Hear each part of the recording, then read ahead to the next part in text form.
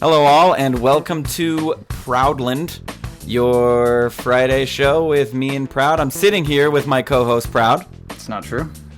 No, I'm not. And I'm so glad you called me out on that. I've said that so many times when remotely doing a podcast with somebody. It's just like your norm. I'm sitting here with Go ahead, sir. Yeah, thank you. So when I was doing the show with Skrunk yesterday, I was like, just finish this game, sitting here with my boy Skrunk, but it wasn't true. So I appended in spirit, because I'm always with him in spirit. And that's... you not laugh till I'm done. I'll try to keep laughing until you're done. Yeah, that could be like the rudest shit any comedian could say. Like, excuse me, I'm trying to tell a joke here. Stop laughing. Could you please laugh when I've made it my joke?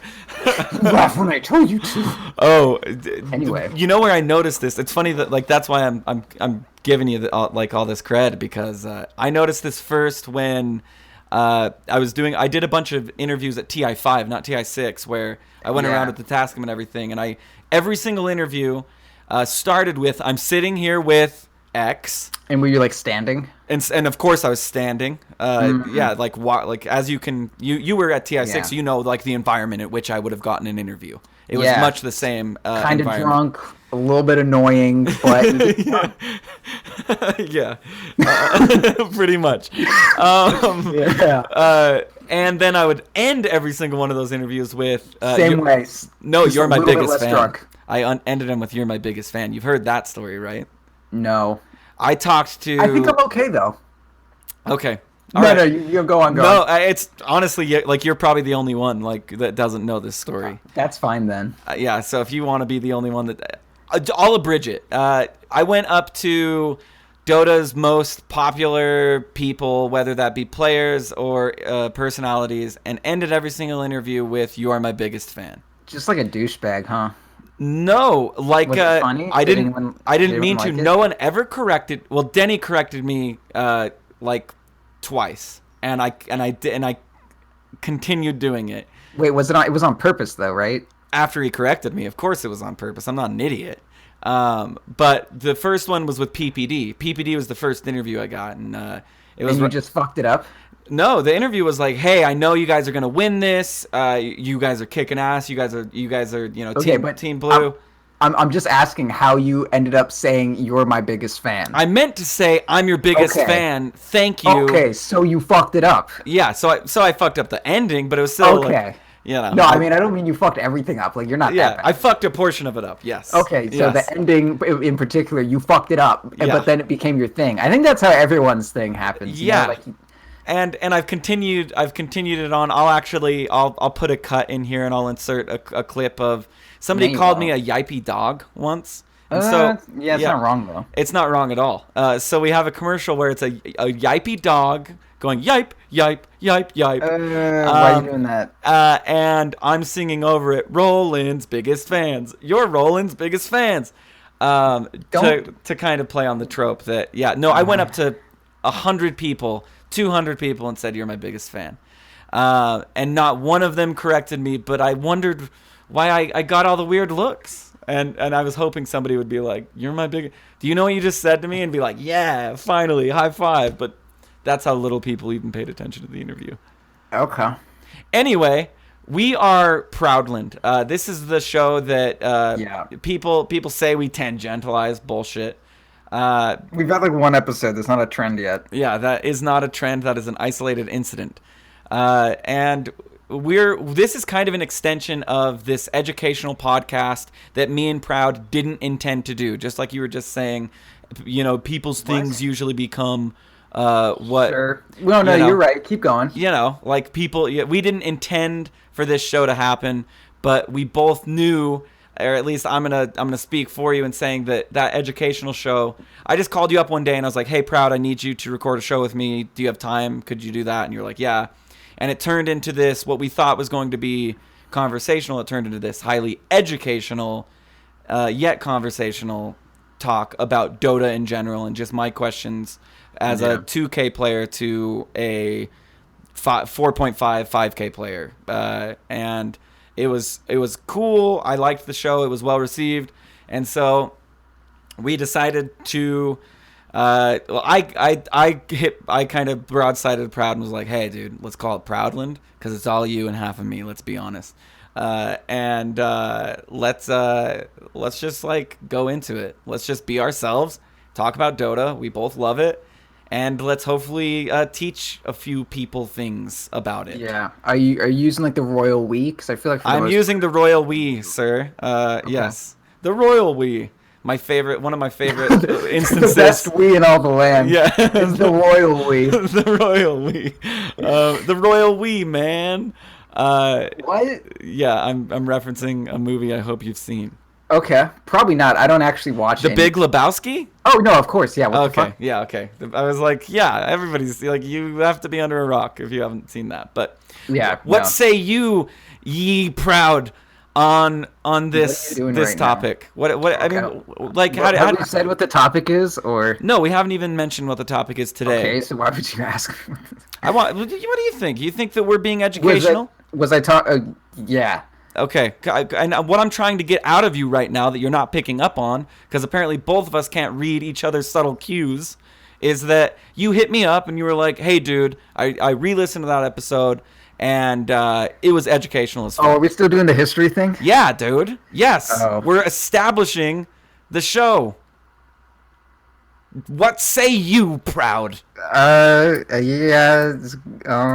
You were you're stoked? And I said, yeah, let's do it. I really want to spend time with you. Yep. More. Pretty much. Yeah. So let's get this done because you're just such a beautiful human being, and it's not exactly how the conversation went. We're not so flirtatious when we're just well.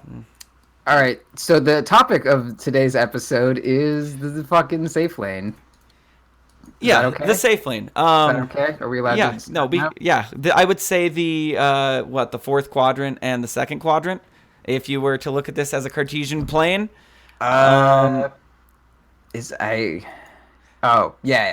The fourth quadrant, the second normally when quadrant. you like number shit, it's like it's top left to right. Yeah. But no, yes, as a Cartesian plane, it would indeed be the second and fourth quadrants are the safe lanes, more or less, of the little mini map, or the top left and the bottom right. And this is something that Proud and I spent a good 20 minutes talking about before hitting the record. I wouldn't call them a good 20 minutes, but it was indeed 20 minutes. Yeah, it was a painful 20 minutes, but basically you don't realize how much these lanes mean, and I'm sounding like I don't mean to be facetious or anything like that. I don't mean to state the obvious or anything, but then don't. I mean, it's something that when I first started playing Dota, a lane didn't mean anything to me other than mid, because mid got to go solo, and I was able to grasp that he got the most gold and the most experience, and the reason the mid got the most gold is because he had the most chances at fucking up last hits, right?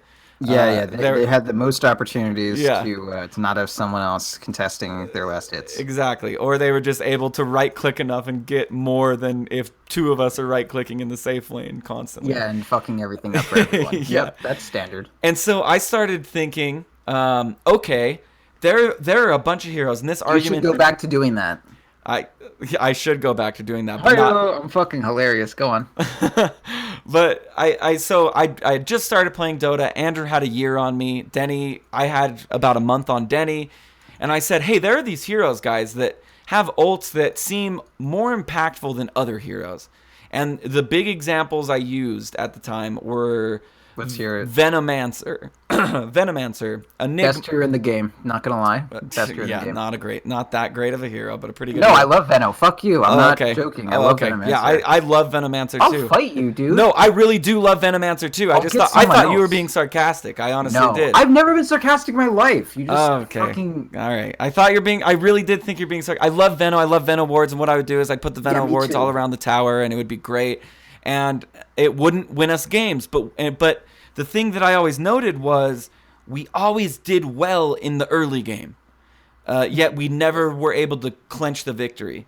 Yeah. And I didn't understand why. I got my ult, and I understood even ganking. I even understood having a teleport scroll, and I get level 6 4 minutes before the safe lane two heroes get level 6, or the off You know what? lane. This is gonna bother me, and I have to correct it. It's not clenching the victory; it's clinching. Clinching. Thank you. Clenching is different. Clenching is like when you're getting ganked. Then you gotta clench. You're clenching your ass. No one has ever corrected me on that either. That's why I appreciate it. Yeah, this is the real education, teaching you how to fucking speak English. I've gone my whole life saying, "Oh man, we were so close to clenching that one out." No, I didn't know. Just like for the longest time, I thought it was a well-kept yard. That's a well-kept yard. Yeah, and then boggles my mind. And when somebody said "kempt," I was like, "Kempt? That's not a word, you fool." And come to find out, I was wrong for like 19 years on that has nothing to well-kept. do with the safe lane. It doesn't. Well, you want a well-kept safe lane. Sure,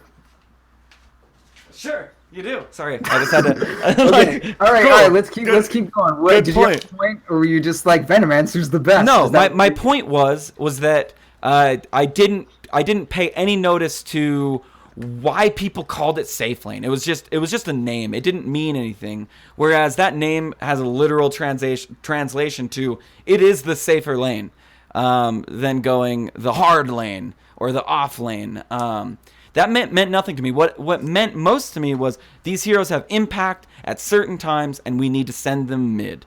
And what I want to talk about is that same idea is being put forth in the safe lane, even in a tri lane, with experience and farm priority. Yeah, that's fair. Okay, but I unnoticeably like so. Even if you're just a fucking idiot piece of shit, you can identify that you want a different kind of hero in mid than you do other places, right? Yeah. So you extrapolate, and you're like, okay, that's probably true for every that's an extreme, and you can still like apply that to every other lane. Okay, like there's obviously some heroes you want in the safe lane, like.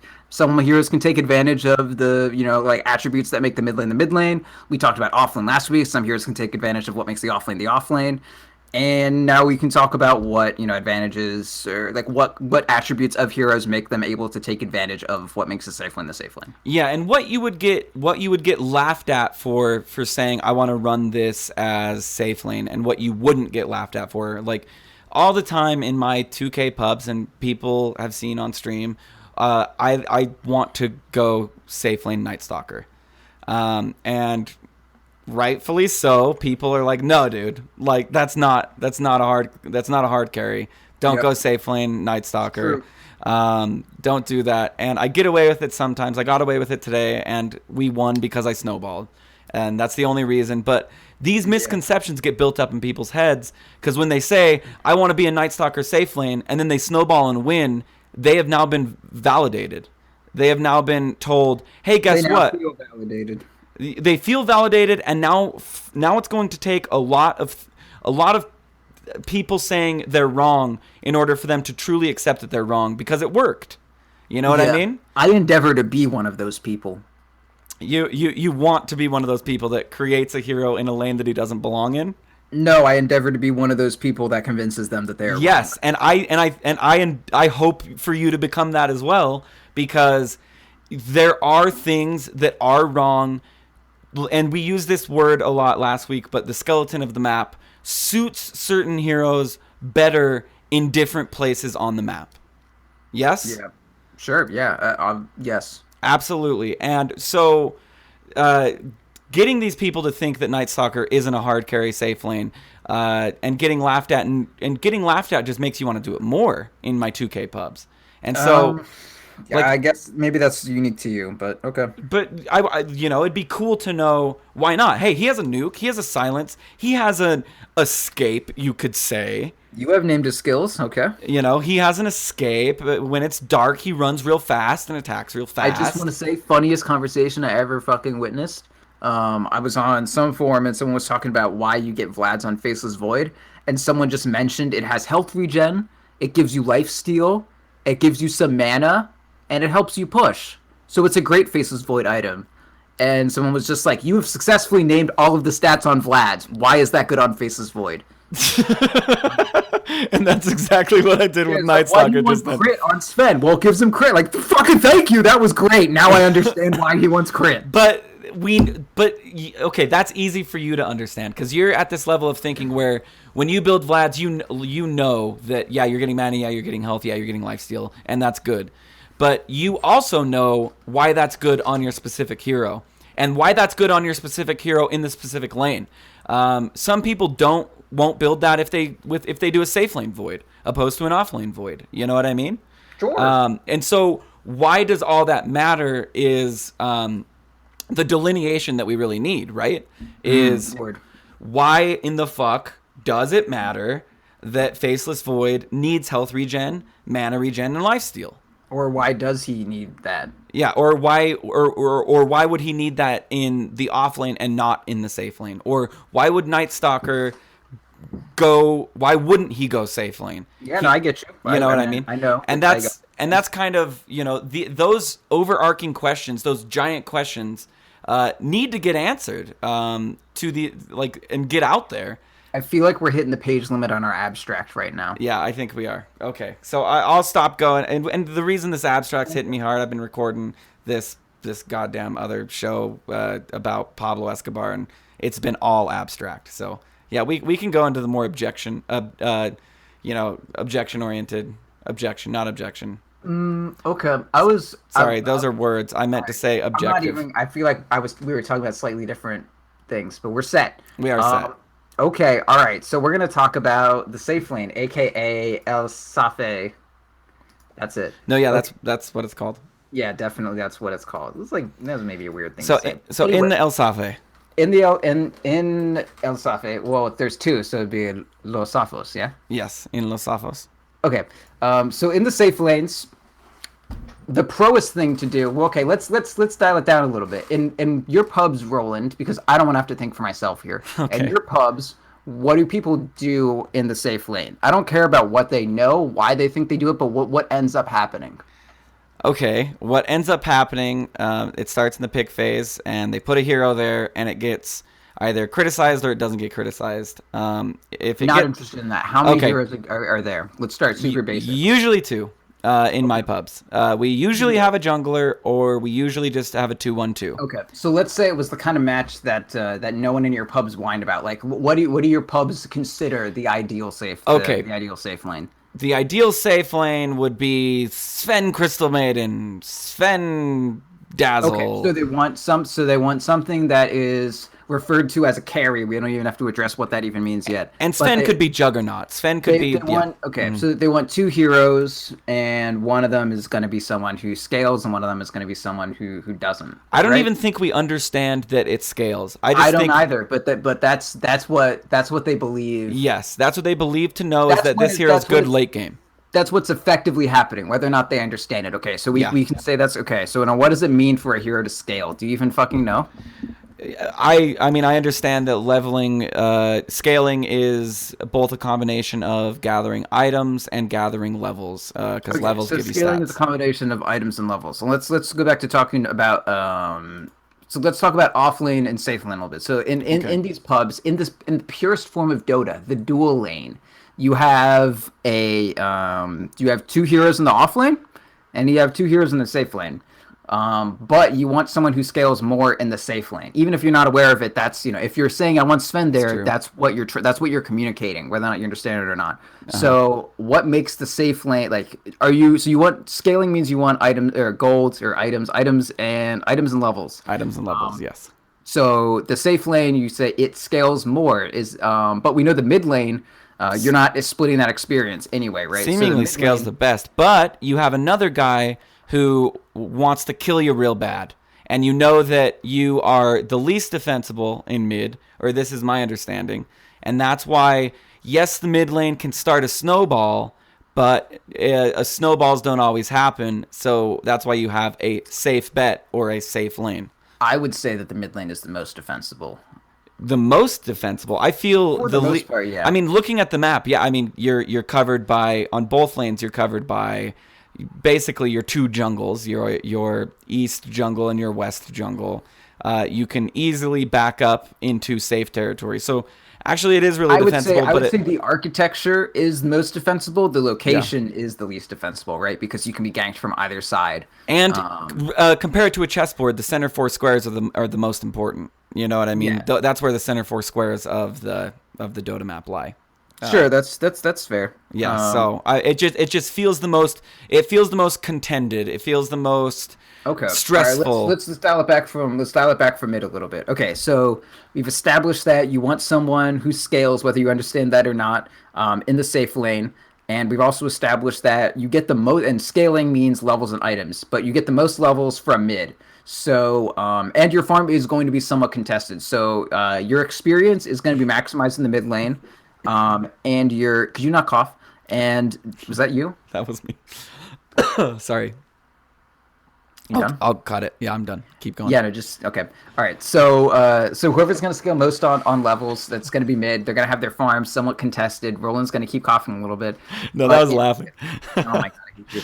And in your safe lane, you're gonna have your XP split two ways. But if you do, whatever scales, that means that you want that hero to get gold more than the other hero who doesn't scale in general, right? Is that fair to say? That is fair to say. Although I want to add an addendum, which is because of Slark's popularity right now and in the past like 2 or 3 months. Slark support. No, Slark's safe lane carry. We want our supports, even at 2K, we understand that we want our supports not splitting the experience with us completely. That we want our supports to kind of go away sometimes and let us just be there alone when it's okay. Gotta get that 6 on Slark. Is that what you're saying? Yeah, like I've got to get to level 6. Get the fuck out of the lane, please, and let me get to level 6. That way you can heal up. Yeah, especially, that way I can...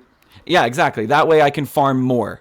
So by you standing here longer, I can farm less, is the way I look at it. Okay, cool. All right, so we say that we want this hero that scales. You have 2 heroes there, but you want them to get as much golden experience as possible. But like yada yada yada, like at the end of the day, one hero mid is going to get more experience. Okay. Yes. So from that we can extrapolate. All right. So the person who relies most on experience is going to go mid, and the person and then after that you would say, okay, so since the person who relies most on experience is mid, the person who relies most on gold would probably go safe lane. That's safe to say. Oh, that's absolutely safe to say. I don't care if I'm... Or off lane, because we haven't really figured out why you go off lane or mid or safe lane yet. I feel like last episode helped me a lot on figuring out off lane and why you would, even from a 2K mentality, why you would send somebody who doesn't need as much gold, like a Pudge, like you see all the time, or an Axe, or... Axe may not be the best example. Axe is fine. Axe is fine. Tide is fine. Darkseer. Heroes like that. It makes a lot of sense why those go there instead of safe lane. Yeah. I'll say that. That's good. All right. So safe lane. Oh god, that is in sight. I'm in a little sandbox map right now. All right. Okay. I'm running away. All right. We're all good. Okay. So you know that your shitty pubs want your CM and Sven. We'll just use that as an example. You want CM, Sven, and safe lane. Yes. Okay, so let's go over a little bit on what makes a hero scaling, and we'll keep using Sven as the example. All right. Okay. And we can kind of talk about a little bit finer points of itemization and like what it is to actually make a build. Maybe at the end of this. Okay. But okay, so let's talk about Sven versus CM. That's a fine lane duo. Even something like Sven Juggernaut, like just as core heroes, even if they split farm, Sven Juggernaut CM or Sven CM are going to do well together. They both have some sort of disable, and they can work together and get a kill, etc., etc. CM aura helps them get mana, whatever. Yeah. Okay, so they work well together, but you think that it's best off for the Sven or Juggernaut to get farms. So like, what is it about Sven that makes you want to get more gold on him? Okay, so I wish I was being blindsided by this question, but I'm not being blindsided by this question because I was recently pondering this question on because somebody in a pub of mine said no hero is a support and no hero is a carry. And what a fucking idiot! Well, at first I said that I didn't call him a fucking idiot, but I was just like a stupid human being. I was really. I was like I disagree. I was like I disagree, and he's like examples.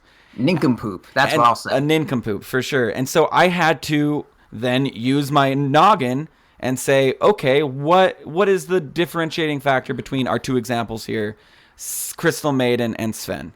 Well, let's start off with just level 1 with no items. What do they have?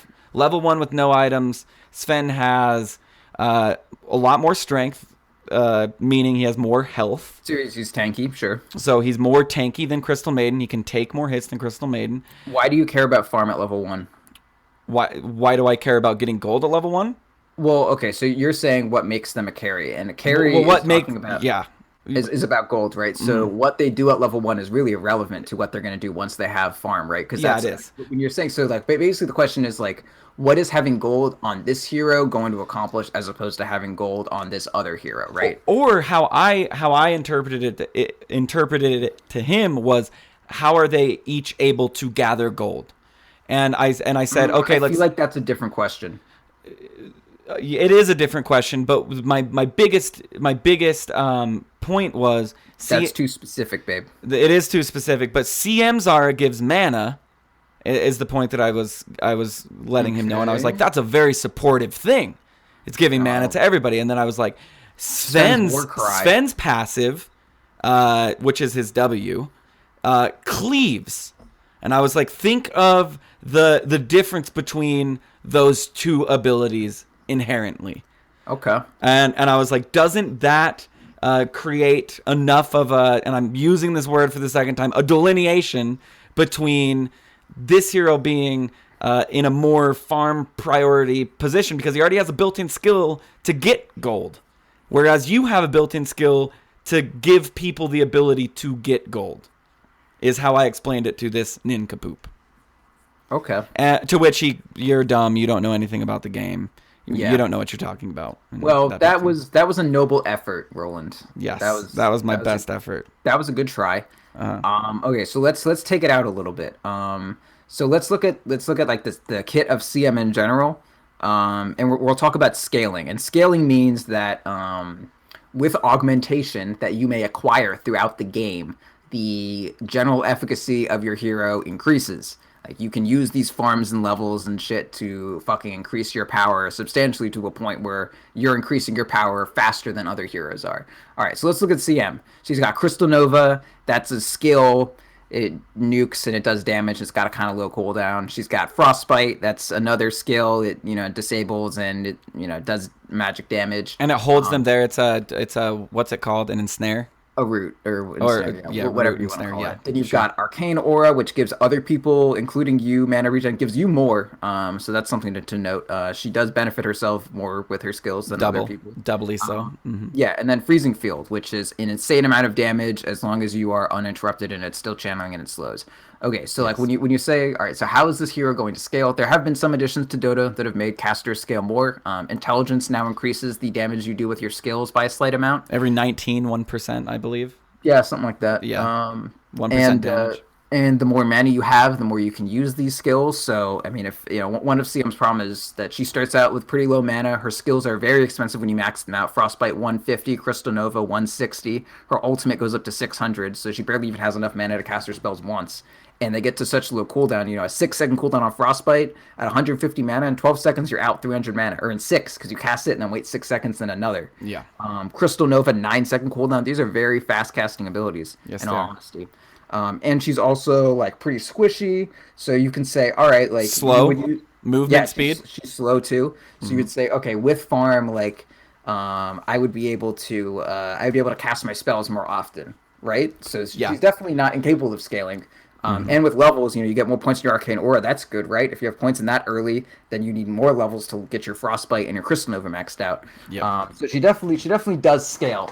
There's no debate that any hero in Dota 2 scales with levels, unless you're playing a certain, I don't know. Everybody has a bell curve. I strongly believe that. I feel like there are some heroes that maybe we don't get the full bell curve ever, unless a game was played to infinity. 120 minutes, yeah. Like literally, unless it was like a limit problem, we wouldn't see their full. We wouldn't see their full bell curve. But Legion Commander and Sven with the everlasting growth of strength and dual damage and shit. Silencer, that kind of shit. Yeah, those type heroes that I guess until they soak. Legion would be the one. I think the only example that can scale infinitely. But yeah.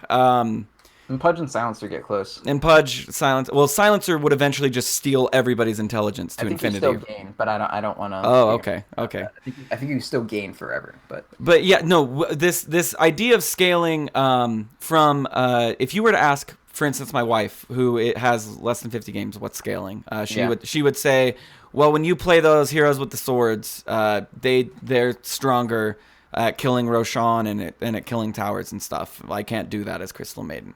And I think that would be a pretty close answer or a pretty close approximation to what she would equate to scaling. Something like heroes that. Okay, so there we said there's a difference between CM when we talk about her abilities. All of her ability to scale was just directly addressing her skills.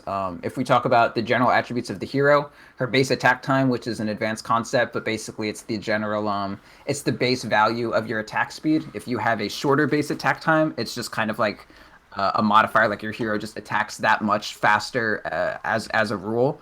And we won't get into that too much, but a hero like Anti-Major, Juggernaut, they have a lower base attack time, so attack speed affects them at a greater, like, or just really all it's right more at all. It's more reward. It's less diminishing. Yeah, it's like they have on top of everything else that happens, they've got another % modifier on how quickly they attack. But CM, just basic attack time. Her stats starting out aren't that great. She does like 39 damage or something at level 1, and that doesn't go up too fast.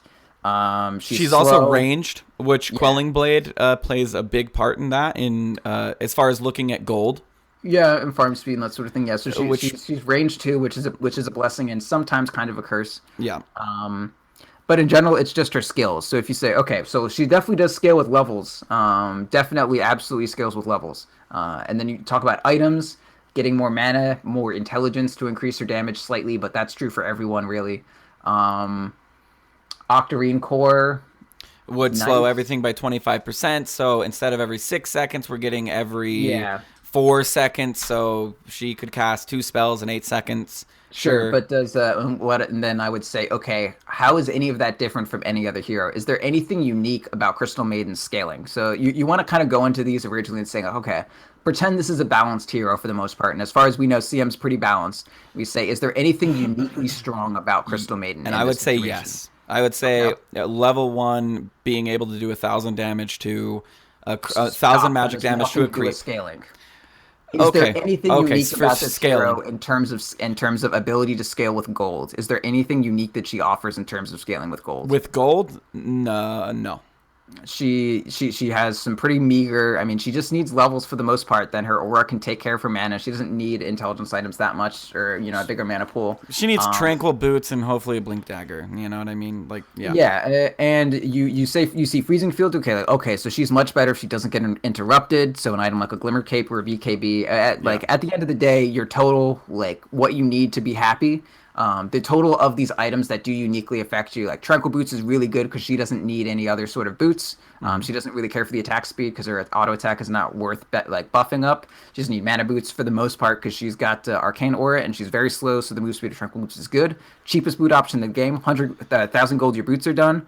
950 now. 950 now, I think, for Tranquils. Yeah, it's absurd. Roughly around that. Yeah. Anyway, so you get that, and you get like a Blink Dagger and a Windlace, so you're at about, 3,050 or like 3,300 gold, something like that. And then maybe you get a Glimmer Cape, and then, it's like 5,000 or so. And then if you really want, you could have like a BKB. And a Blink Dagger. It's less than 10,000 gold. I think we can clearly say that she can reach her peak efficacy with less than 10,000 gold. The only things that are uniquely beneficial to Crystal Maiden is roughly 10,000. And that's where all her unique abilities cap out. And that's the thing you want to think of when you're thinking about how I want to build a hero.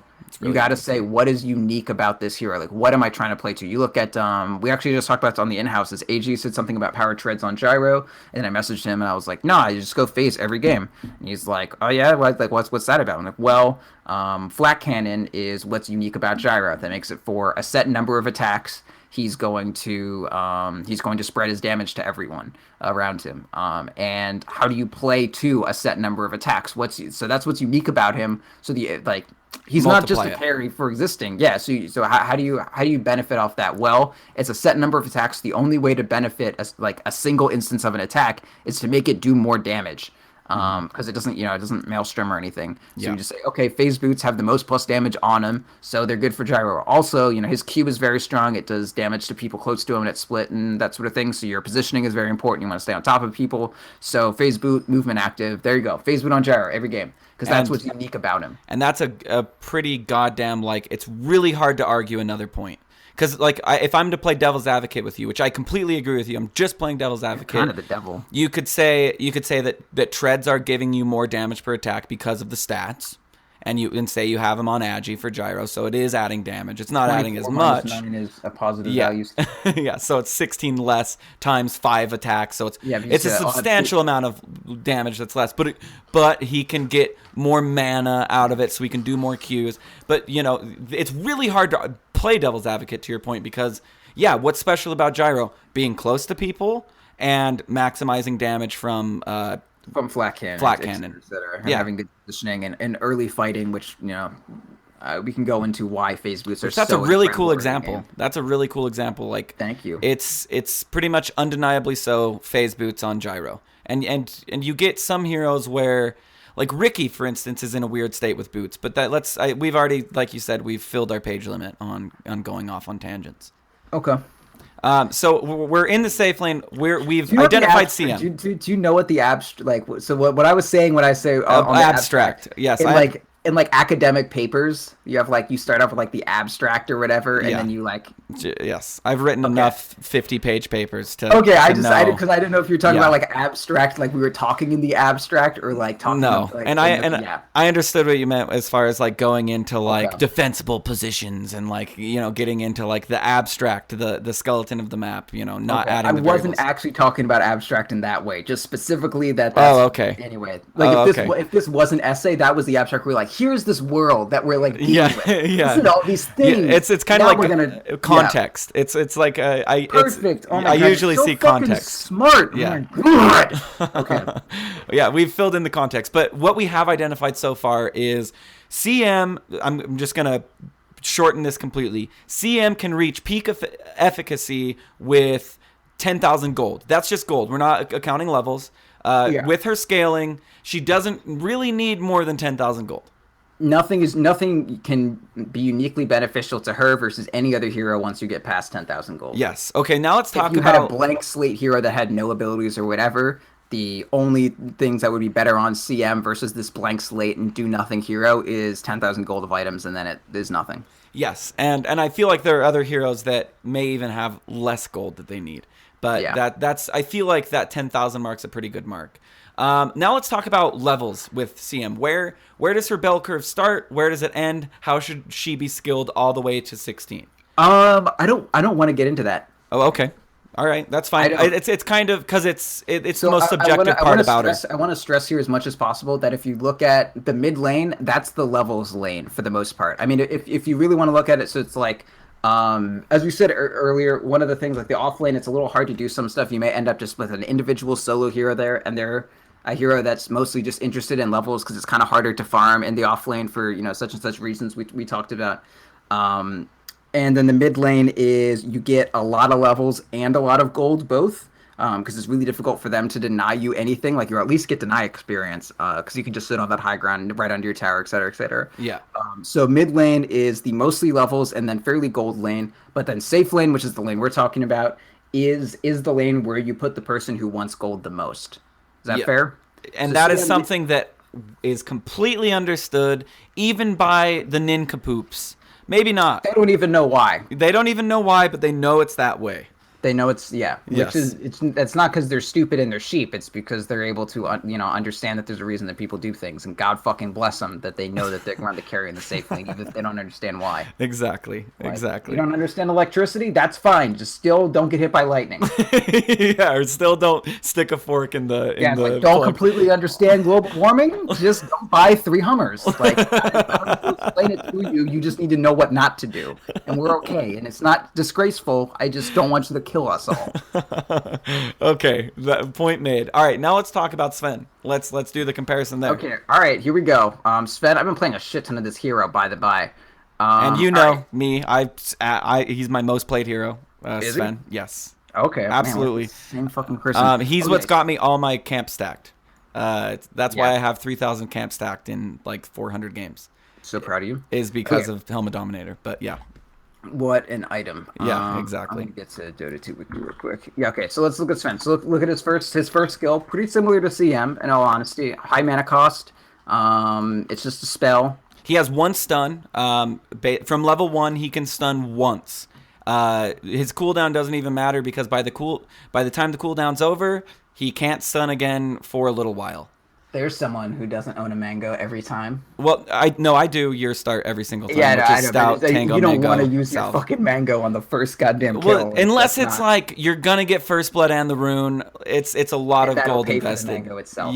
It's a lot of gold invested. But yes. Anyway, yeah. So got the standard move. This doesn't scale uniquely. It scales with levels, but nothing really to play on. Yeah, its cooldown will be reduced by Octarine Core, just like every other fucking skill in the game that isn't a passive. We'll move on. Yeah.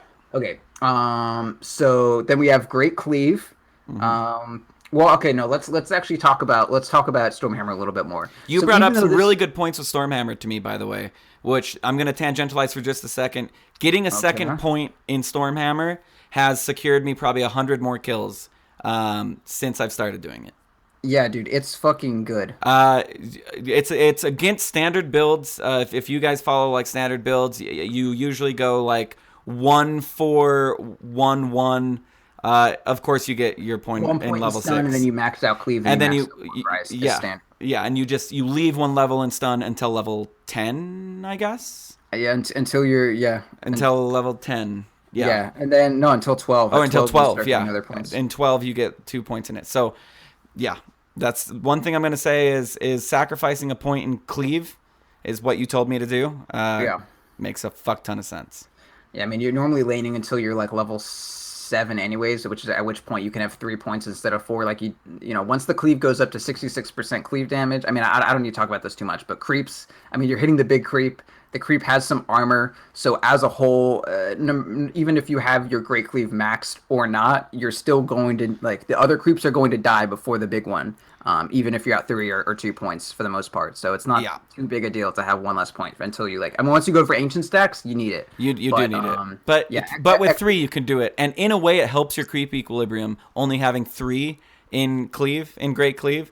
Sure, if you're still worried about that, sure. And a lot of people have brought it to my attention that I'm terrible at it, so it's definitely in the forefront of my mind. Yeah, that's definitely difficult on Sven. Okay, so let's talk about this Great Cleave a little bit. Okay, so I wanted to talk about Stormhammer a little bit. Yeah. Okay, so I did say that there's really nothing unique about Stormhammer, but we can dial it back a little bit and say, okay, it's an AoE stun for a couple seconds. So what this means is Sven can keep heroes in one specific spot for a brief amount of time.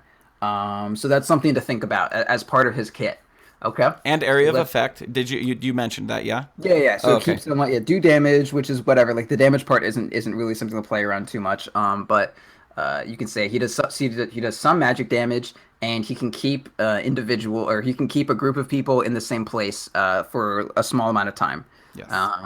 Sure. Okay. So then if you look at this ability, the next one is Great Cleave. And that's a 300 radius, which just means there's basically a circle around like a circle in front of him, and more like a cone. No, it's a circle, dude. Oh, really? Yep. It goes a whole 180 degrees? No, not around him. So imagine Sven, and it's a radius. Oh yeah, 300 radius, but the damage is spread out in a cone in front of him. The cleave. No, dude. Oh, really? Oh, okay. Yeah, let me. Okay. Yeah, if you spawn a trillion dudes who are all very tanky, and you right click them, it'll like basically be a circle in front of you. Oh wow! It looks because like the person furthest from you that's hit, they're further away from you and then like the people before them are gonna be like a little closer. This is the most terrible explanation, but anyway, so just imagine a circle and just throw it 300 units, like a circle based around Sven. Throw it 300 units further, and that's basically like where you cleave. You cleave. Oh wow! You cleave a circle. So it's not in a cone shape that would go out forever. If his cleave were infinity, it wouldn't be in a triangle. It's just a circle. There's just weird a circle in front of him. Yeah, it's like if you place Stormhammer, make Stormhammer a little bit bigger and place it in front of you. That's your cleave area. It's a circle. Yep. That makes. Oh my god, is that the same with Battle Fury? Yep. Weird. Why did they not go with a cone? You know what I mean? Like, doesn't a cone... Anyway, sorry, I'm not gonna... That's really interesting to know, actually, because you're always trying to get that last hit on the dude running away, and you're trying to cleave him down. You want it, the furthest is, like, the furthest that you can get someone is right in front of you. Is the diameter, right? You want to hit them with someone in front of you. Wow. I wasn't thinking that. I was thinking like in front of me and to the right would be the furthest, because in a cone that would be the furthest point. But it ain't. Yeah, it's just spawned like a trillion axes, and I'm gonna try to see. That's a weird way to take cleave, but I mean, I guess it makes sense that it goes out in however many blocks and then comes back in however many blocks, making a circle, instead of going out in infinity and to the left and to the right in a cone shape in front of him. Although that just felt like common knowledge that it was just like a cone instead of a circle. Yeah, no, it's a circle. Oh, I absolutely believe you. I'm not questioning your knowledge here. I'm just honestly astounded by how many kills I've missed because of this. Because conceptualizing hitting a creep with them being right in front of you is never how I've tried to last. Yep. Yeah, you look somebody. up Dota2.gamepedia.com, aka the Dota 2 wiki. Blah, blah, blah, blah. It's if a unit has cleave, it's attacks deal damage in a circular area in front of the target upon impact. The more you know. Okay, I think you blew a lot of people's minds. Maybe not, but you at least Magnus and power, etc., etc. Yeah, Dota's you at least blew my mind. Oh man. Okay. So now we've gotten into Great Cleave. I did not expect to get that much insight out of it. Sorry. So let's dial it back. So CM, her skills not really scaling. She only needs a little bit of gold, and it just makes her skills slightly better. Hero itself, not too much worth scaling on. Mm-hmm. Okay, cool. So we have Great Cleave, and this ability makes your attacks cleave, and cleave is a very unique thing in Dota. We don't have to talk about that too much. But so basically some percentage of the damage or some percentage of your auto attacks will also happen to people around you. So you think about how useful an AoE spell is, like think about Ravage compared to Vengeful Spirit's magic missile, right? Like those are two very different things. Yeah. Okay. Right. So AoE damage is great. Like AoE, making a thing AoE, fan-fucking-tastic. Okay. So, and Great Cleave, so like what would you use to benefit that, right? You would want to use items that benefit your right click, your auto attack. Your damage, yeah. And how many items can you name that benefit spells? There's like Veil. Veil of Discord, there's Aether Lens, there's Aether Lens, 2,000 gold for 5% increase. Sounds great. 2,000 gold for 5% increase. Does. And then, I mean, if you want to really get into the nitty-gritty, like big int items, right? That give you that, 19 intelligence or whatever. So it's like yeah. And so, then, like, but really, yeah, it's Aether and it's Veil. And it's Octarine. And Octarine, and then on the counter end, it's Pipe of Insight, right, to block magic. Yeah, damage. If you're a spell damage team and there's a Pipe of Insight, you're like, holy shit, I'm fucked. Yeah, exactly. It's 25 intelligence. Oh, and raindrops. Raindrops. Oh wait, and for 1% spell damage, 6 points of intelligence are required. Okay. So okay. So and raindrops, of course, is the other missing element. Sure. That fucks over spells. Yeah. Okay, that's fine. And can be argued ruining mid, but yeah. Depending on how many times you've lost to Roland. Okay. So if you say even an item like Scythe of Vice, which is like the highest int on an item you can get, right? That's 2% damage. With all the int. So if you want to say in general, like, yes, your intelligence is going to boost your spells, but that's not really worth playing to. This, almost 5,500 gold, like fucking just perfect int item. Scythe of Vice only gets you 2%. And if you want to look at an item like a Chrysalis, if you talk about spell scaling versus physical scaling. Yeah, versus physical scaling, a Chrysalis is 2,000 gold. And it gives you, 15% damage? Yeah, so 2% with a Scythe for 5.6k, 15%, which is like more than 5 times as good for, 250. So even though Chrysalis, all it's doing is buffing, et cetera, But Sheepstick arguably has a different purpose, but yeah. Absolutely. But for the purpose of affecting a spell, Yes. If you want to talk about the ability to buff spell damage versus buffing melee damage, whether you look at Aether Winds, whether you look at a specifically int-based item, nothing even comes close to the fact that you can just drop 2k on a Chrysalis and you're doing 15% more damage. Yeah. No, absolutely. Okay, And cool. you're critting. Yeah. All right. So we've got like 2 or 3 items that benefit spells. Not really that many. You want to think about how many items benefit just auto attacks themselves. Can I see if I can name them? No, I it's know, not worth serious, your time because there's a lot of items. I know, too. there's a ton of items. It's, I mean, even this, like, so if you want to talk about the stat of agility versus the stat of intelligence, even agility itself benefits your attack damage more than int benefits your spells. Int lets you cast spells more, for sure, but at agility, like, increases the damage of your autos no matter what. And then your primary attribute also is given to give you plus damage. So you look at Great Cleave is going to be benefited by playing to Sven's primary attribute, which is strength, which is a really beneficial primary attribute to have, because if you don't, I mean, strength gives you health. Everyone wants strength. I've always kind of thought, like, what's the best primary attribute to be objectively? Like, would every hero just want to be strength? And in a lot of cases, I'd say, yeah, like, I wouldn't want to, anyway, just having your primary strength be strength, I have a good example of this. Why when I'm building Ags on Crystal Maiden, which you can argue why would you even build Ags on Crystal Maiden? But when I'm building Ags on Crystal Maiden, why do I get the Ogre Club first? Yeah, well, you get the point booster first normally, but of the stat-based items, why would you want to get that first? And because health is great. Everyone needs health, and a lot of heroes. I mean, one of your biggest one of the biggest things holding you back is the concept of death. Yeah. Turns out, as mortal beings. So having strength is really good. So Sven, you look at this. Okay, so I want to play to Great Cleave. I need plus damage. Where can I get plus damage from? All these items, and also I'm a strength hero, so also I can get it from things that give me health. Okay, so I don't even. I mean, there's like, there are categories of items in the shop, and there's like 3 levels all fucking dedicated to, like, you can lifesteal off your auto attacks, you can spawn lightning with your auto attacks, you can double attack.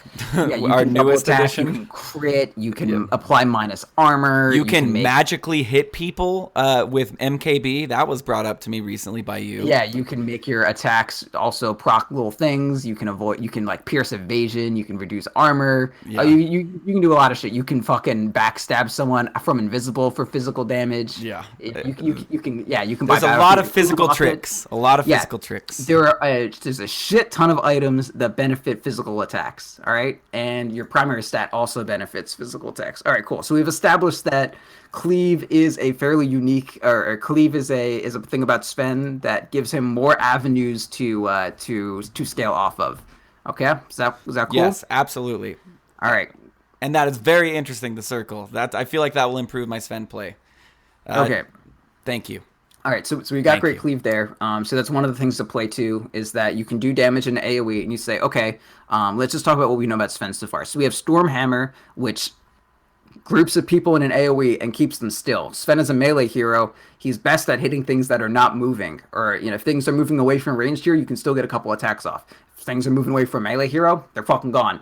But Sven, so you have Stormhammer, you can keep things together, and then you have Great Cleave, you can hit them all at the same time. Okay, so we know that even though Stormhammer itself doesn't scale with physical damage, having Stormhammer keeping people in place does allow your physical damage scaling to happen, right? Like it's the catalyst. It gives you a stage to perform on, yes, right? Like, exactly. Your melee damage doesn't matter if you're not able to hold on to anyone. So okay, so we know that you can do physical damage in AoE scaling off these items, and you know that you have a tool built into you to make that happen. Okay, and then we'll look at Warcry, whatever. He gets armor and attack or in move speed, and you're like, okay, so he can get to things. He's a melee hero. He can get to things more now. He also gives armor that helps him be in the middle of shit.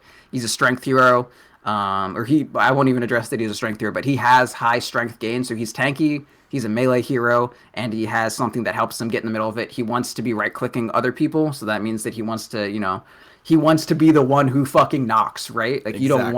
You don't want to be Juggernaut, and then you're like, I'm going to right-click this Sven, and then he has plus 20 armor, and you're like, I don't want to right-click this Sven. Yeah. So Sven is the fucking king. If you're smoked up as a team, you probably want Sven leading, we'll say.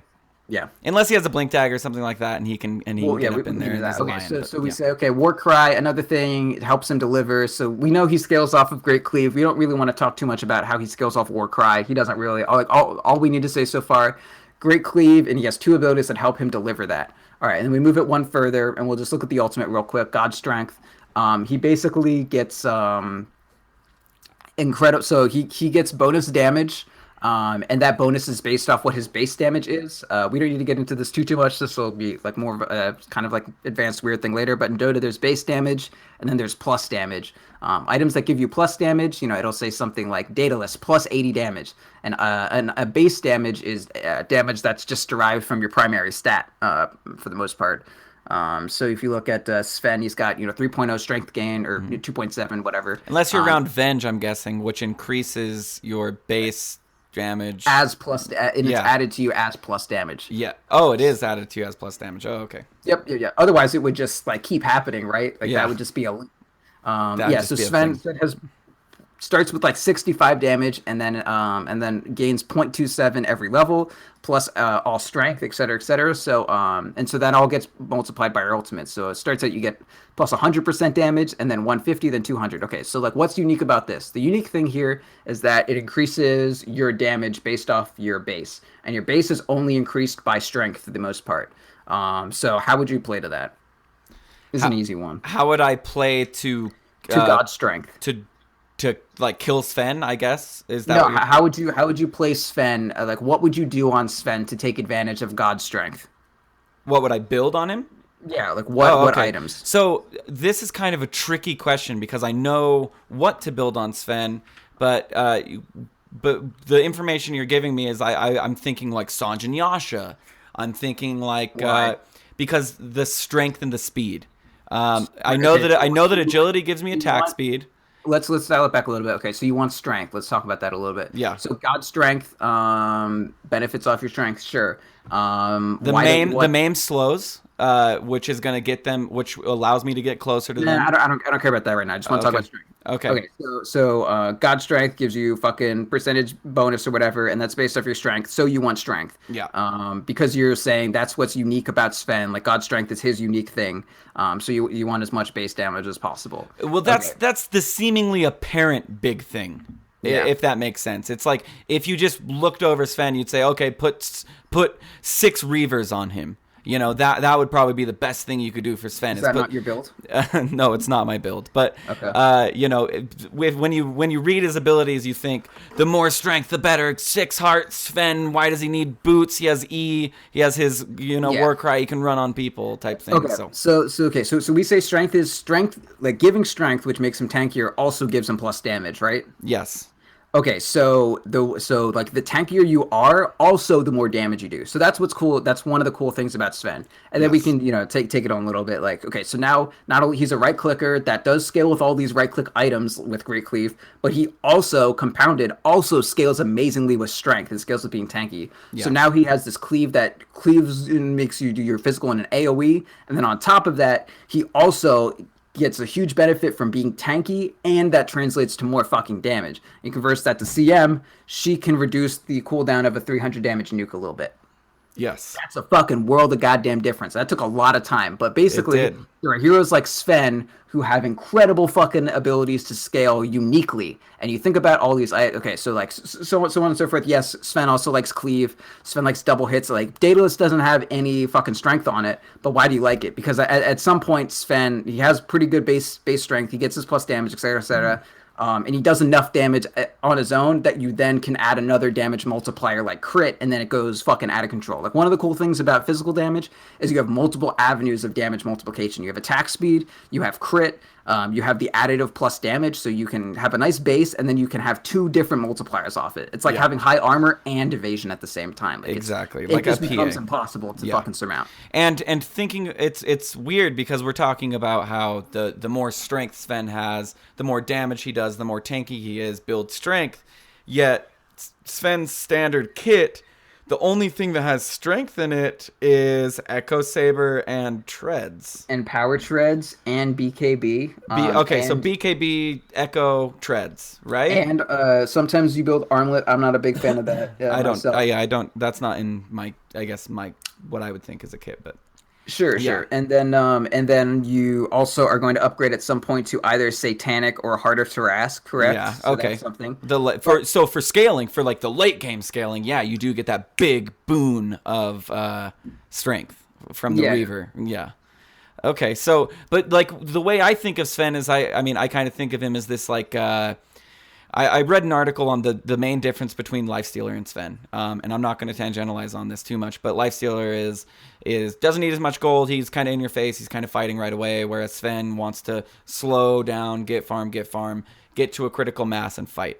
But most of the items I build on Sven don't even contribute to why, you would think he's such a great hero.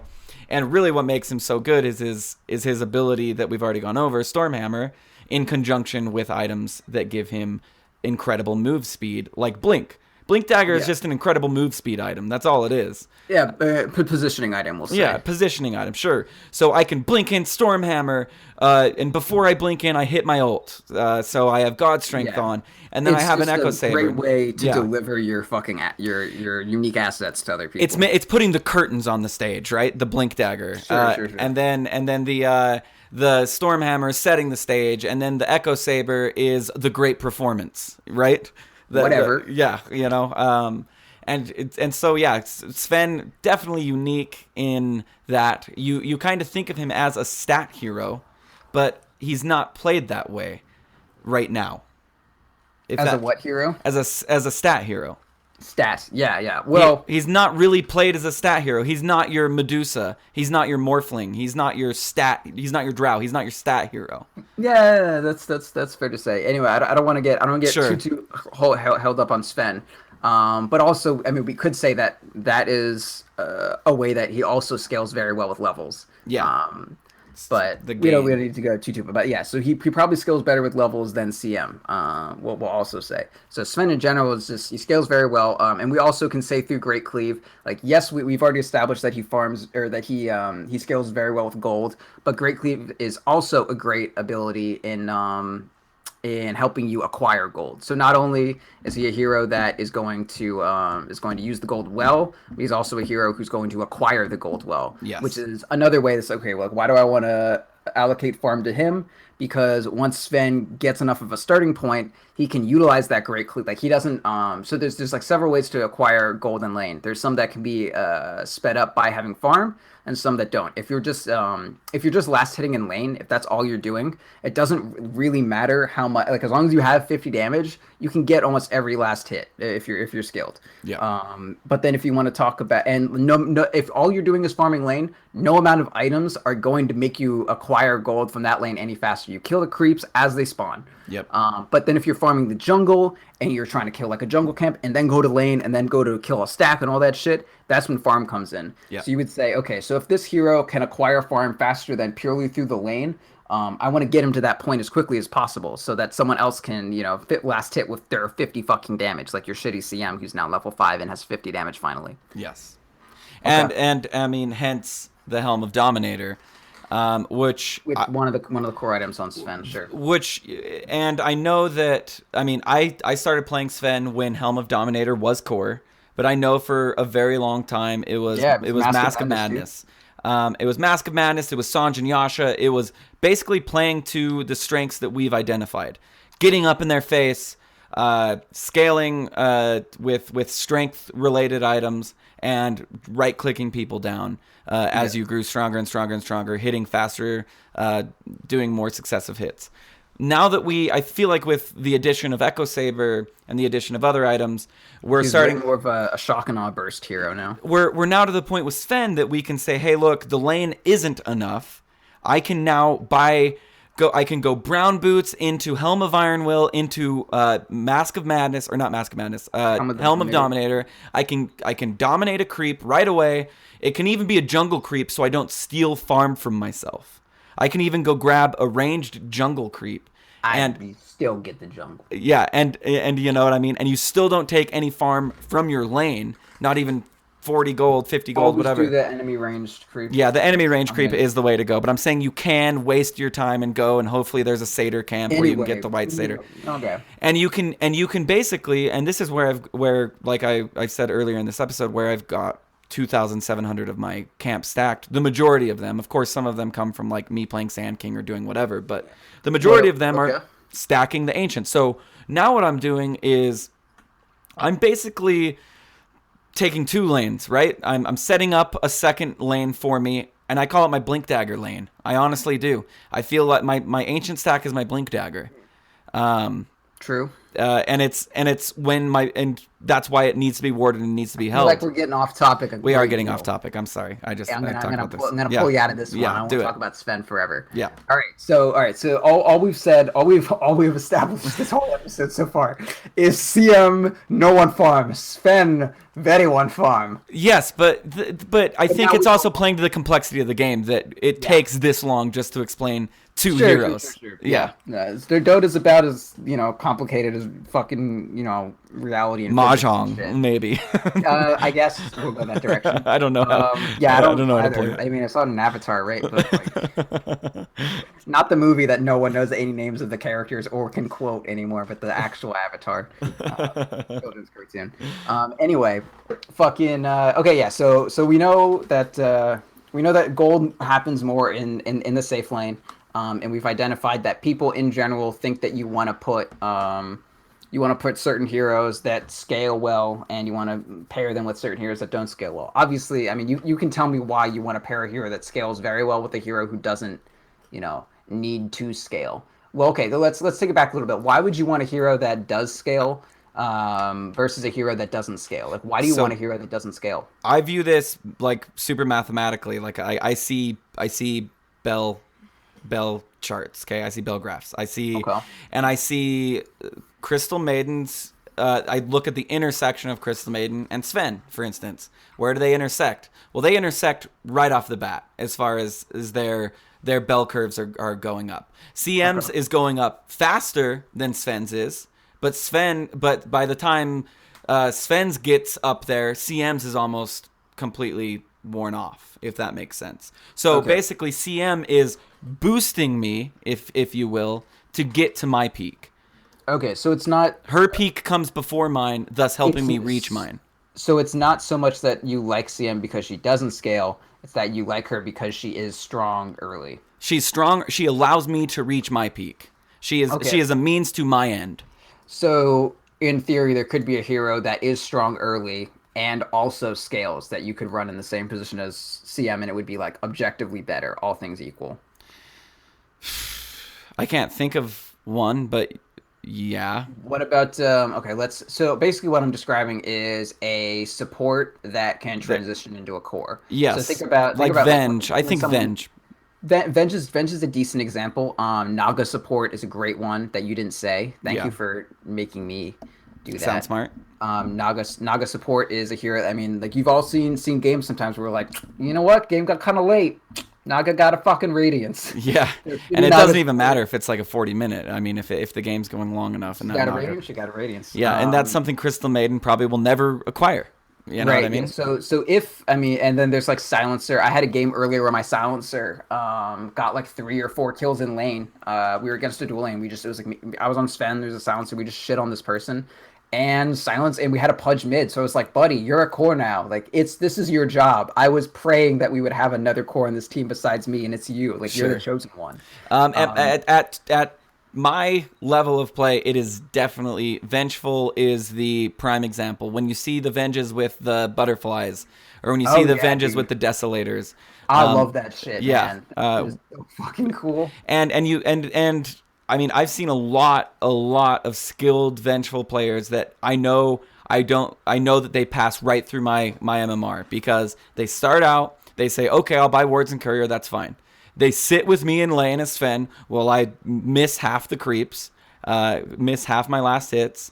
Then I leave to go farm my ancients. They get a kill, they farm, and next thing I know, they have treads or phase, and then next thing I know, they have a Yasha. and the next thing I know, they're doing more damage than me.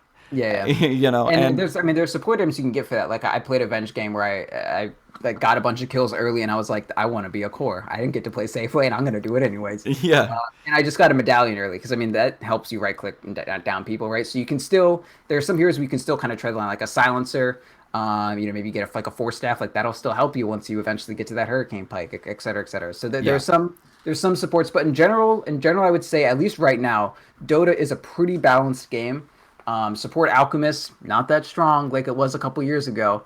In general, if a hero is strong early, they're not going to be as strong late. So take a hero like maybe Naga, but it's kind of hard to transition like that. And I never see that, by the way. That's why that didn't even come to mind. I know it exists. It's just something that I know exists, but I'll never see it. It happened in like TI5 a couple times. Yeah, and that's why I know it exists, because Owie, basically. Owie played a shitload of it. I mean, TI3. It was just basically the times when Naga support was being played. Yeah.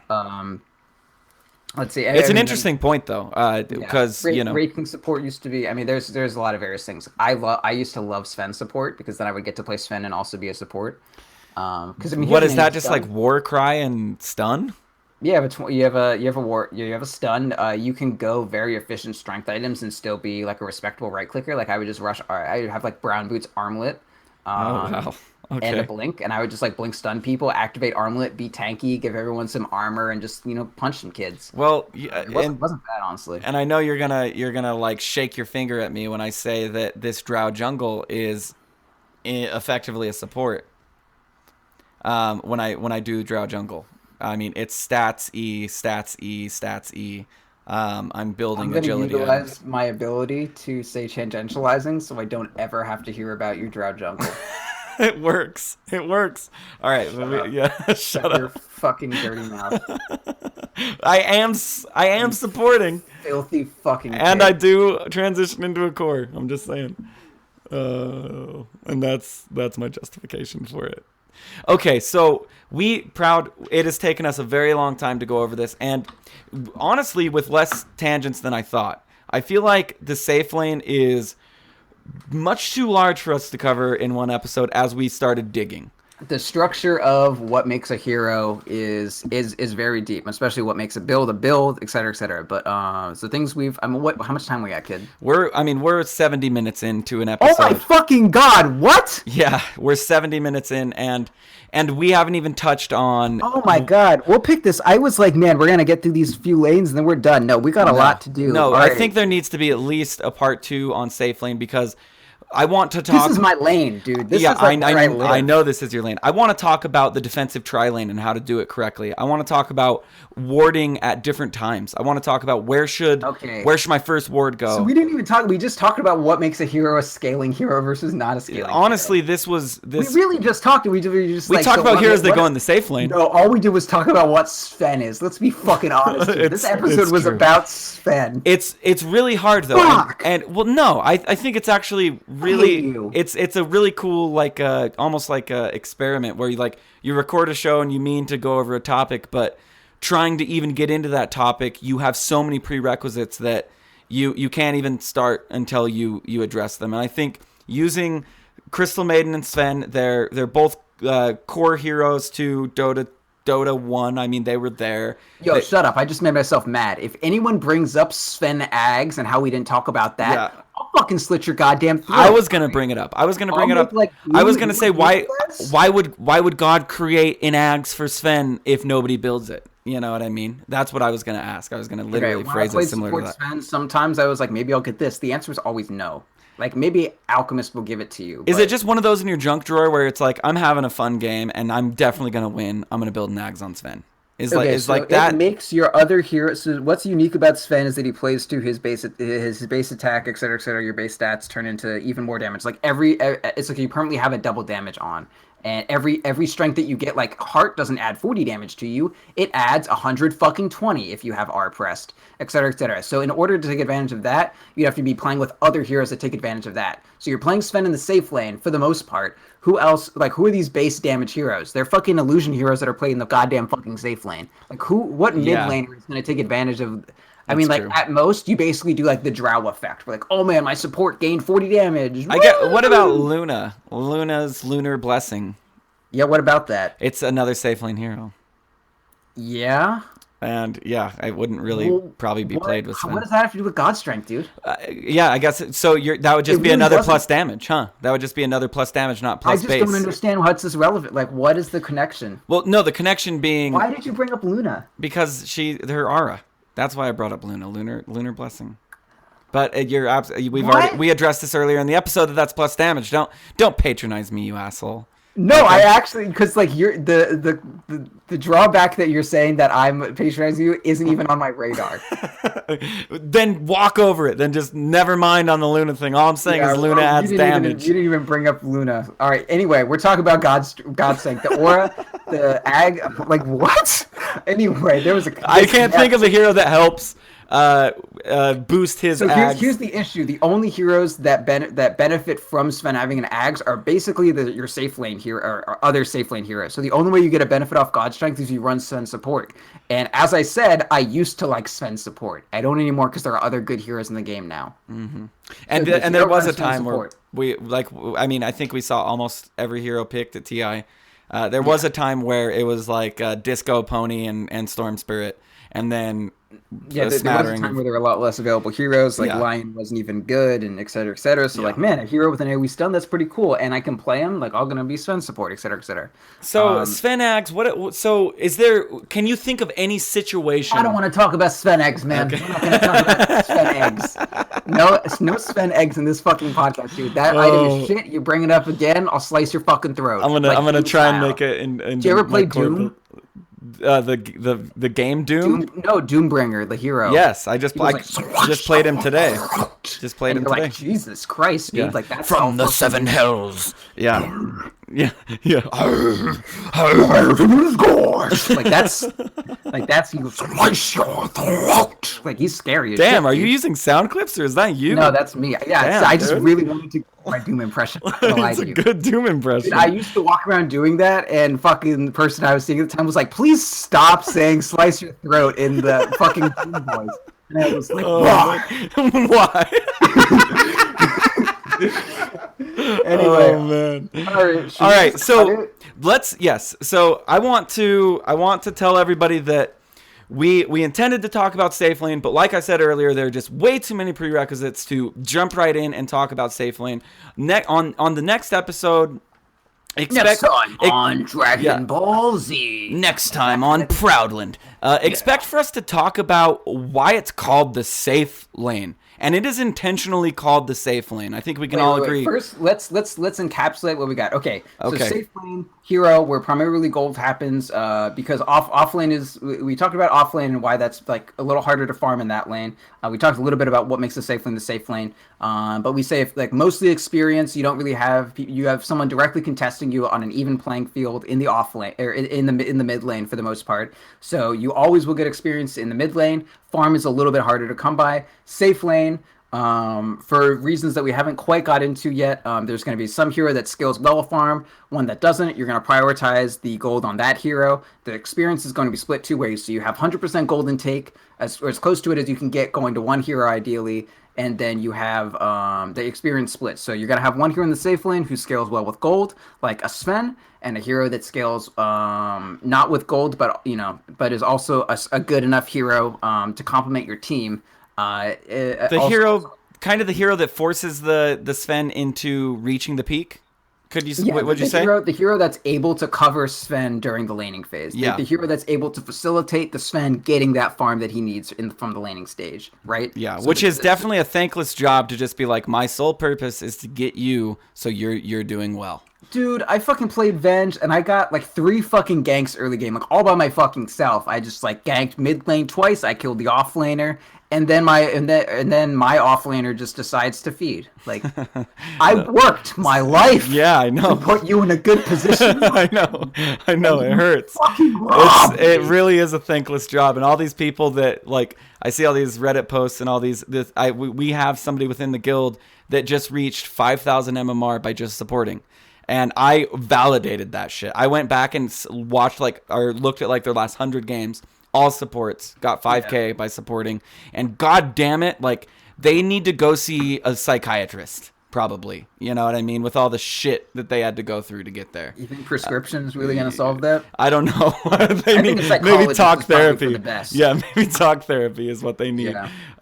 But yes, no, next episode, expect to hear about the jungle. The jungle and the safe lane are very closely related. I guess it's going to be the same. Like, don't try to stuff your jungle shit into my show. Oh, dude. I'm not going to. I'm not. The way I do jungle is not helping the safe lane. It's Proud helping jungle piece of shit. It's helping me. Is what I do. I help me in the jungle. I don't help anybody else but me. Yeah, you just really sit there, click the ground while you shave your butt cheeks, dude. Seriously, dude. Sometimes I'll just get up from my desk and pretend to be a weatherman on my overlays as I'm like playing Sand King Jungle or something like that. I would just do somersaults like all day if I was you. It's That's just unrelated. I just think you have a nice body for somersaults. I think I would. I have a perfectly. Yeah, I could do good somersaults probably. Yeah. Good. I'm good at reading that kind of thing. Wow. Anyway, yeah. So next time we're gonna talk more about the safe lane. We know why. We know like what makes scaling, et cetera, et cetera. So what is I'll gonna talk about something interesting next time, maybe. Who knows? What is you brought up a lot of interesting things, up. especially Great Cleave in the Circle. But that. So let's do encapsulate this as a part one, saying what we established today is why heroes go in the why these prototypical support carry go in the safe lane. We talked about what scaling is and why some heroes scale better than others, and what it is to be unique, to what it is to have a unique characteristic about a hero, and what it means to play around that. And in case we didn't get it, like just assume that Dota's balanced for the most part, and what is going to be worth playing to on a hero is going to be what's unique about them. Think about any hero like TA or Gyro or et cetera, and the standard builds on them are the things that benefit them uniquely. TA gets plus damage because she has a set number of attacks, et cetera, et cetera. Basically, just you want to play around what's unique to a hero. Exactly. So we will cover this next week on the third episode of Proudland. You can find us at defenseofthepatients.com. Expect a website rework here very soon. It's being worked on as we speak. The skeleton of that is complete. I mean, now it's late. It's not being worked on right now. It's, well, not right now, but okay, it if is. they're listening, there's a decent chance, though. Yeah, no. In the future. Yeah, so in the future, when you're hearing this, the website is probably being worked on. Not that far in the future, though. Like 1,000 years, like that's. It's gonna be maybe different stuff happening. Who knows what we start here? You know, there's a lot of. I know. Yeah, who knows? I'm an oracle. We have a new show, Let There Be Geeks. Right now, we are covering a review on Narcos Season 2. I'm hosting that with my friend Chase and Denny Cyphus. So Chase you can check that out. Chase, he's not my type. Not my type. Not your type. Not my type. I can see the allure. You know what I mean? But not my type. I like him a lot though. So check that out. Obviously, fill out the survey. The more surveys we get, the better. We're getting close to reaching our goal, but please help us out. You can go to defenseofthepatients.com. Up in the top right, you can click that. Fill out a quick survey. Yeah, you've heard the monster truck thing. I'll make that dream come true one day. Go Amazon really helps us a lot, and it doesn't hurt you any or affect your wallet any. Click on that link, buy your stuff through our Amazon banner. You won't even notice a difference. Bookmark it. It will help us continue to grow. It will help Proud Soul Patch continue to grow. Why do you keep? Because I've got to. I hate you, though. I hate you, though. You can expect some articles to be coming out on the website. You can expect merch here very soon. You can order a beanie or a shirt. That is going to be being pushed through. Please go to iTunes, leave a review. A lot of you have left some really good reviews. Actually, Proud, while I said that, I realized we have a review we have to read on this show. Oh my God. I read the one that was about Thursday on the Thursday show, which you would know. Okay, good. No, I didn't. Was that it? No, was it the newest one that you read, or was it the second to newest one? Just tell me what the review is, dude, and I'll tell you. Okay. And we might even... We have another new one. It was by Cultivator. Thanks for everything. Okay, where? No.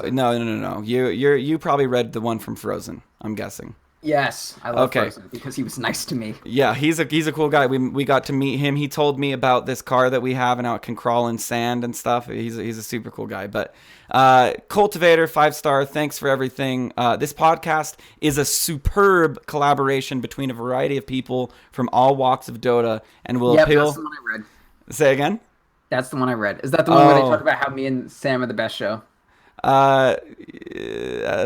Yes, it is. Okay. Yeah, been there, done that. All right. There was one that we were supposed to read on this. Did you read the my entire Dota 2 experience has changed because of this podcast? Before I found .p, so this is from Frozen. I don't belong at this MMR 5-star review. My entire Dota 2 experience has changed because of this podcast. Before I found .p a few months ago, I thought it was okay to random and ranked, insta-pick Jungle Legion, and rush Midas and flame my teammates because they are holding me back. Now I can honestly say that all of the advice Proud gives on this show has solidified my beliefs, and I can't wait till I climb my way up to his purchased accounts MMR and show him why Rapier Arc Warden is life. Based solely on Roland's description of Proud, I can only assume he looks like Steve the Pirate from the movie Dodgeball. Maybe the eye patch is why he is so blind to the power that is 10-minute Legion Midas. Keep up the great work, everyone. I'll be sure to check in and do exact opposite of what Proud suggests and keep climbing, and I suggest everyone else do the same. This show has shown me an entire new side of Dota 2 community, and I can say I am quote-unquote proud to promote this group of people. Okay, yeah. I'm not quite as pretty as Alan Tudyk. I love Alan Tudyk though. That was Steve the Pirate in Dodgeball. I just googled it. Don't have like red blondie hair or whatever. But you know what? Not bad. It wasn't. It was, and this is just based on me describing. No, of course. Someone I've been hanging out with a lot lately has said that I'm kind of piratey. You're kind of piratey. I always wear hoop earrings. But you don't steal. You don't drink. You don't cheat. You don't gamble. So really, I take a gamble on you, babe. Hey, you did take a good gamble. That wasn't on even me. good. I put a thumbs up. And then we have another review that just came in yesterday that said that's cool Dota podcast 5-star by John CP. Good podcast overall. Lots of good content. Also like the new Wednesday show. Keep it up. Wrong, John CP.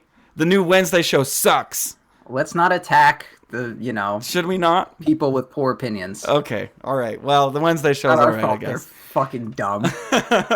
So, without any further ado, please tune in next week for, I guess, part 1.5 of the Safe Lane. This is Roland for Proud saying, I forgot what I was supposed to say to end this show. Okay. The like faux anger not working out. I forgot. That could be clenching. That is a clench. Hey, you know what? That ending, you clenched it. I clenched that ending. You clenched the ending perfectly, dude. Thank you all for listening.